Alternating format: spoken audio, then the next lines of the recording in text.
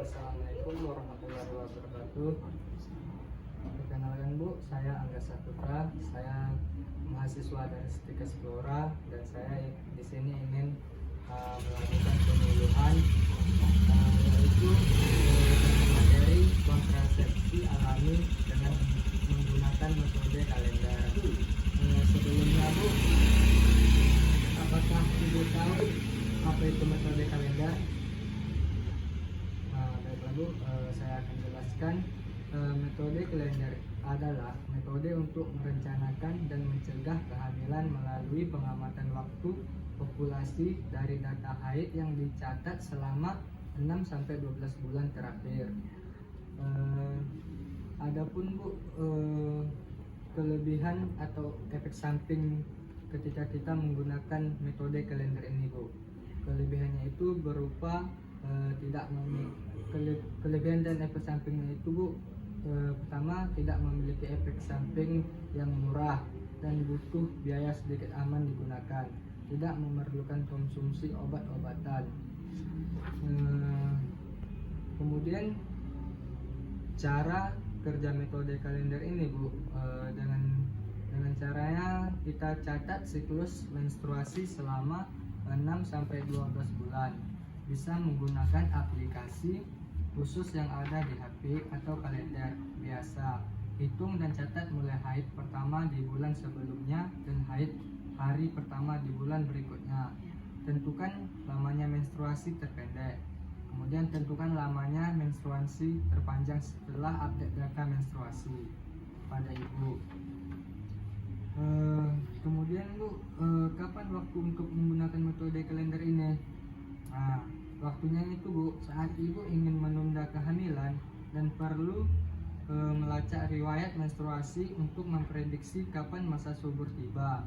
Informasi ini akan membantu untuk mengetahui kapan kemungkinan akan hamil. Sebelum saya lanjut Bu, apakah ada yang ingin ibu tanyakan dalam kapan untuk penggunaan metode kalender ini Bu? Kalau tidak ada Bu, selanjutnya ya Bu.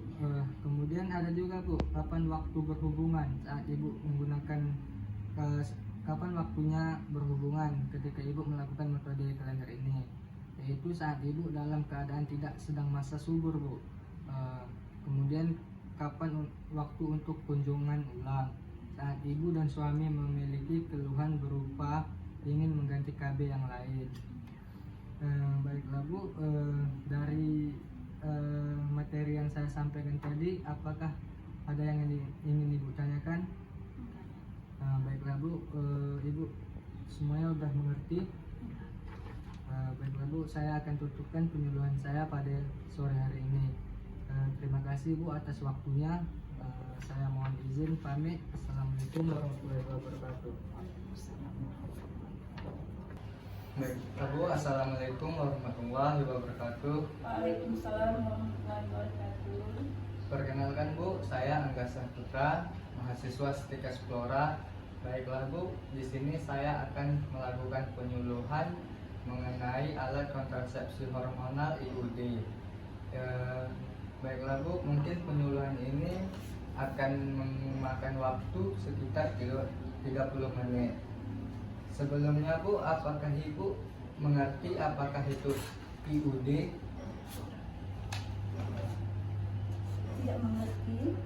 Baiklah Bu, IUD itu adalah Bu, intrauterine device adalah terdiri dari bahan plastik yang reaktur yang dimakan ke dalam rongga rahim yang harus diganti jika sudah digunakan selama periode tertentu. IUD ini Bu digunakan untuk mencegah kehamilan atau ibu tidak mau mempunyai anak lagi.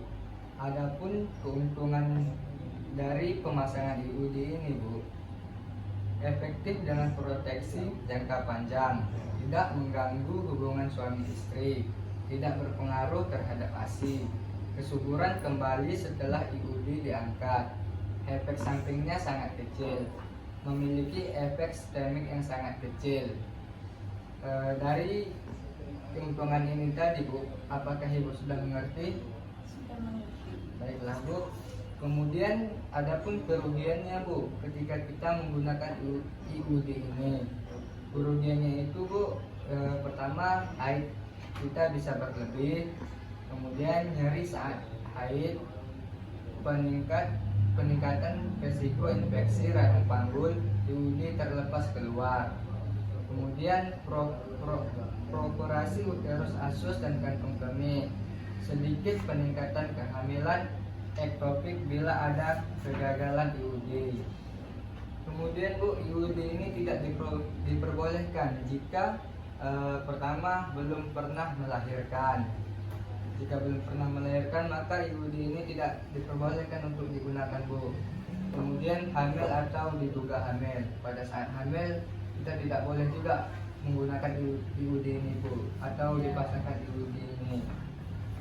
Kemudian waktu pemasangan IUD ini Bu bisa terjadi 2-4 setelah melahirkan, 2-4 hari setelah melahirkan, kemudian 40 hari setelah melahirkan, setelah terjadinya keguguran, penggantian metode KB lainnya.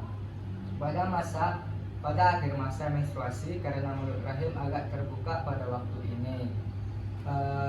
Kemudian Bu, adapun indikasinya Bu ketika kita menggunakan IUD, yaitu pertama usia reproduktif menginginkan kontrasepsi jangka panjang, perempuan menyusui yang menginginkan menggunakan kontrasepsi, setelah mengalami abortus dan tidak stand adanya infeksi. Baiklah Bu, dari semua yang saya jelaskan tadi, apakah ada yang ingin Ibu tanyakan atau apakah Ibu sudah mengerti? Sudah mengerti. Baiklah Bu, jika sudah mengerti, saya akan menutupi penyuluhan pada hari ini. Sebelumnya saya berterima kasih Bu telah mengizinkan saya melakukan penyuluhan pada hari ini. Saya mohon izin ya Bu. Assalamualaikum warahmatullahi wabarakatuh.